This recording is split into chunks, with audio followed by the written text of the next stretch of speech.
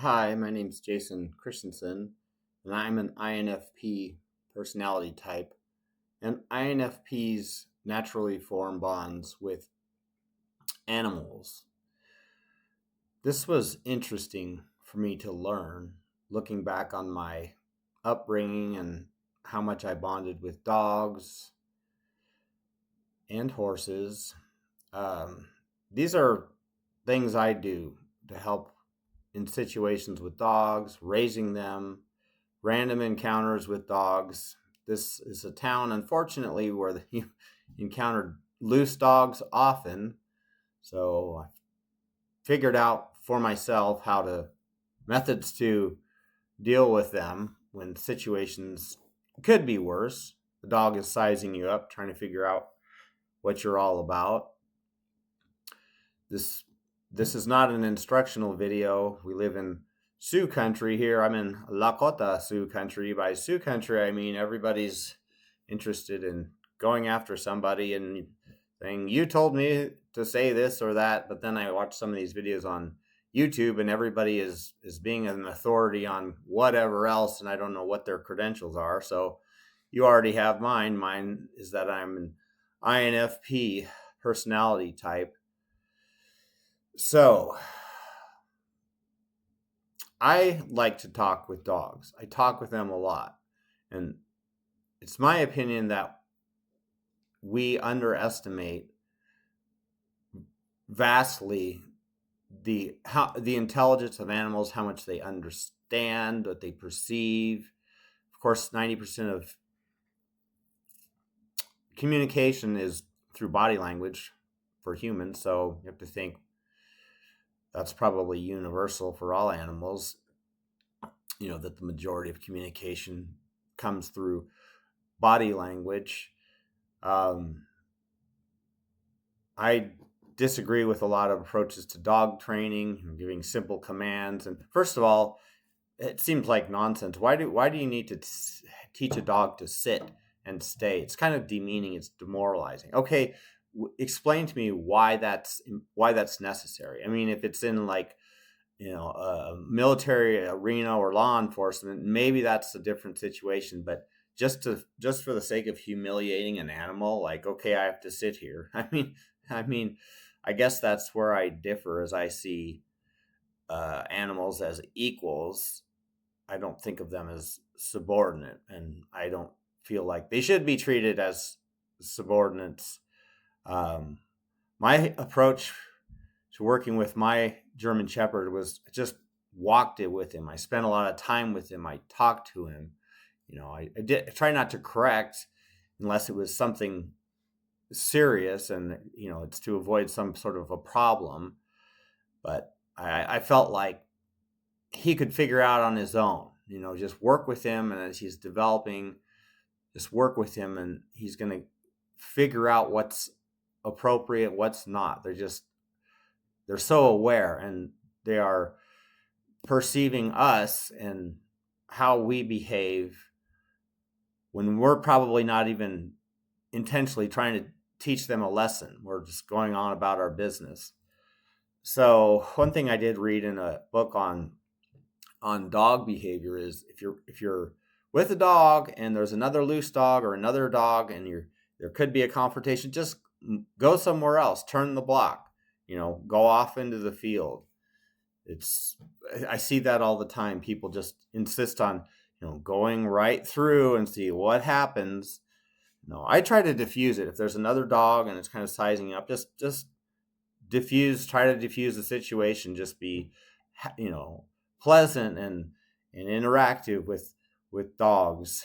For the other day, a small, I guess, a bull terrier, very white, muscular dog, small, was outside without his owner, without a leash, just kind of walking up the sidewalk, kind of sizing me up, see who was coming near his territory, and it's, "Hi, how you doing? Oh, you're a sweet dog." And I always sweet talk dogs. I feel like even if they may seem like they could possibly be aggressive, I just venture on the side of being loving and kind and sweet talking them. It's rather than, you see what I'm saying, like, um, confirming what they may suspect, that you are, in their territory for bad reasons or something.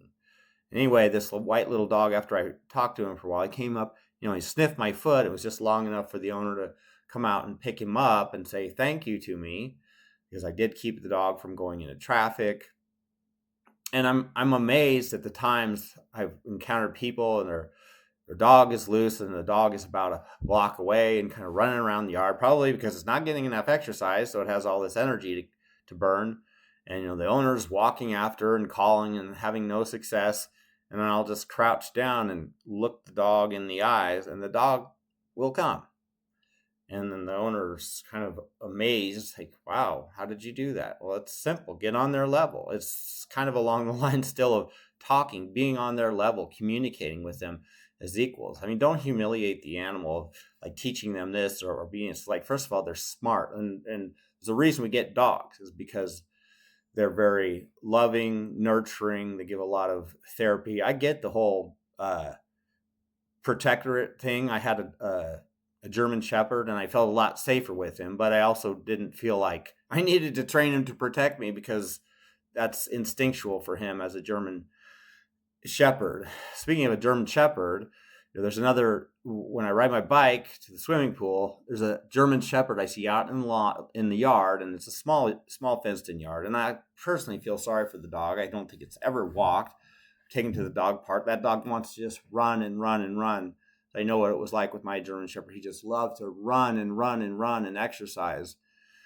But anyway, I sweet talk him, and he, it's amazing the change, because when he first saw me, he just come charging out, very aggressively. Rah, rah, rah, and I was, hi, how you doing? Oh, you're a good boy, aren't you? Oh, you are so handsome. Oh, you're a good boy. And I mean, it still continues to the point where sometimes he won't even really bark, maybe a couple times, and he'll get up on the fence. He's prepared to be the protectorate, and I say, oh, you're a good boy. And it's like for just a couple seconds, he's not sure what to do, because it's all in his wiring that this is the outsider. I'm protecting my family. Why is he sweet talking me?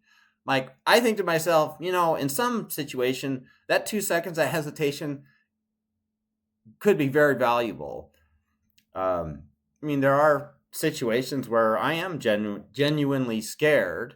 There was, at the same rec center, there was a pit bull outside, and it was kind of walking around, and it came up, and I, tried to be nice and everything. I had other stress on my mind, maybe picked up on that, but the dog went into the swimming pool area inside, and I just went to the door and again crouched down, looking at in the eyes, and come on, boy, And he came over, and everybody thought that was my dog. It's like, no, I just know how to call dogs. And I mean, that situation was a little scary, because I'd called animal control, pick him up. We have no kill shelter here, so I feel comfortable doing that. But the dog was kind of following me and barking, and I tried to just play it off. But I mean, there are scary situations like that. I will say, with taking some issue with Cesar Millan's approach, I just don't agree with that whole way of training the owners. Calm and confident. Like, okay, I get it. I mean, maybe if it's effective, but if it's a contrivance, if it doesn't come naturally, I just feel like, I mean, the dog will sort of obey, but does it really understand? Is it just doing it because, okay, he wants me to do this or this, and I'm going through the motions, but I don't really buy it. I don't know. I just feel like a person should tap into what comes naturally. How do you actually feel about this? I mean, assuming you're a dog owner or a dog lover. If you're not a dog lover, I just stop watching the video, because this is not going to help you at all. But how do you naturally feel when you're comfortable, you have a dog? How do you interact? I think it's a good idea just to replicate that in random encounters with dogs, where it's a situation where oh, what do I do? There's this dog loose. What's going to happen? They're sizing you up. Are you gonna respond?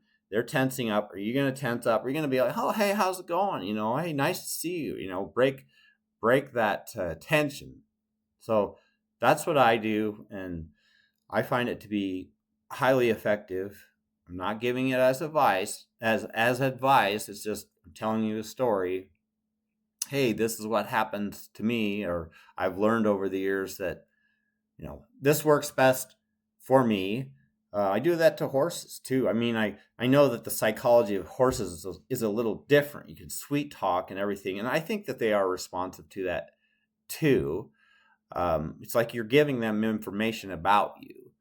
I think that they understand maybe the intonation or just the emotional substance behind the sounds that you're creating, and it's good. You're giving them information because this is some of these, like horses, or their brands on them, they probably have been mistreated. You don't know, and they're sort of semi wild or semi tame, but I still find it helpful, and I've built rapport with horses, and that seems to me a much bigger challenge.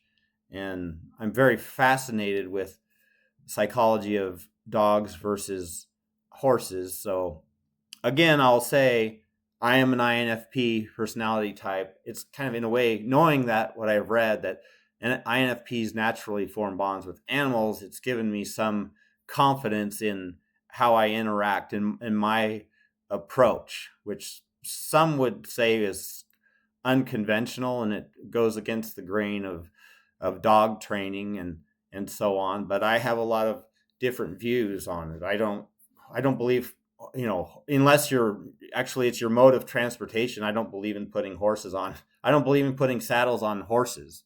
If I had a lot of money, I would buy a lot of land, have horses, let them just live their lives, in an environment with like shady trees, streams, grassy knolls, a lot of land for them. They're well cared for. They're fed. They don't have to worry about eating or having plenty of water. And nobody rides them. Nobody would ride these horses, so their backs aren't bowed down from being sat on by people. I live in a town where they have the sheriff's posse come and ride those horses during the sweltering heat.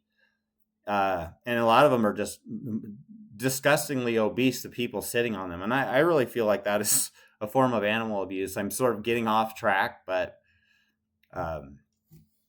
that's my position on an alternate way of looking at interacting with dogs and horses.